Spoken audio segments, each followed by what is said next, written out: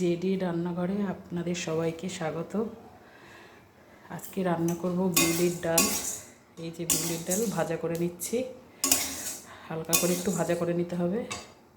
মাছের মাথা দিয়ে বিউলির ডালটা ভেজে নেব।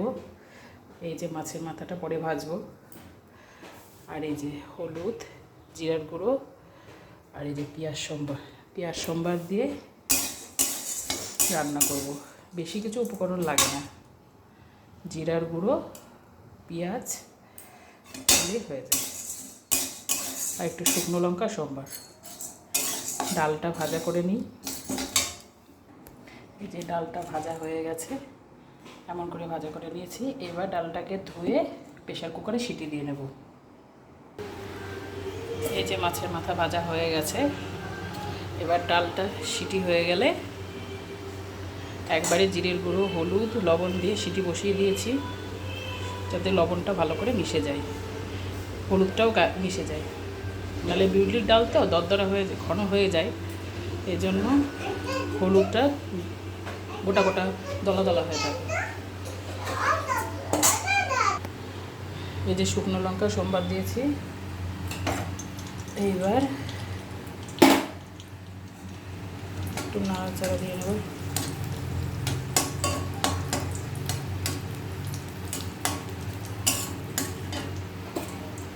এবার পেঁয়াজটা দিয়ে দেবো।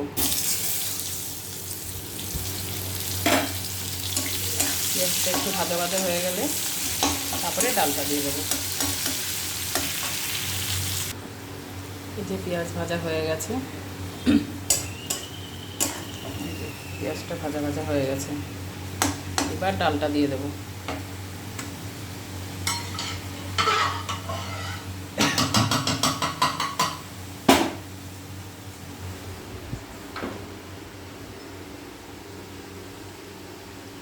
যে ডালটা হলুদ, লবণ, জিরার গুঁড়ো দিয়ে সিটি দিয়ে নিয়েছিলাম।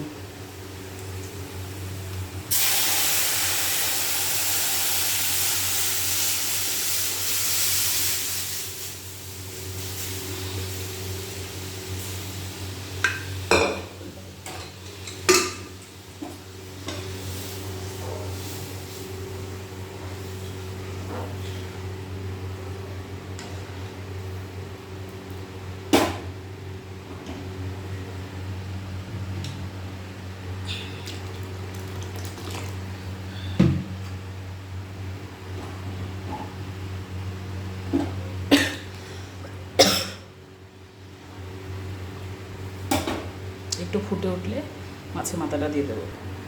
ডালটা ফুটে গেছে, এবার মাছের মাথাটা দিয়ে দেবো।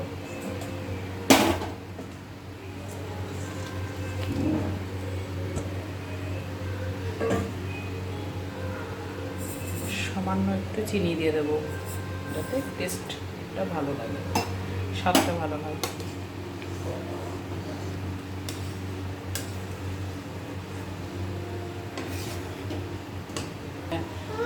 এই যে বিউলির ডাল হয়ে গেছে, এবার নামিয়ে নেব। এই যে আমার বিউলির ডাল রেডি।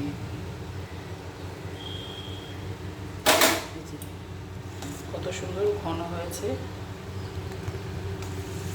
ডালটাও একদম সেদ্ধ হয়ে গেছে। আস্তে আস্তে আরও ঘন হয়ে যাবে। আমার এই রান্নাটা ভালো লাগলে লাইক, কমেন্ট, শেয়ার করে দেবেন, আর চ্যানেলটা সাবস্ক্রাইব করবেন।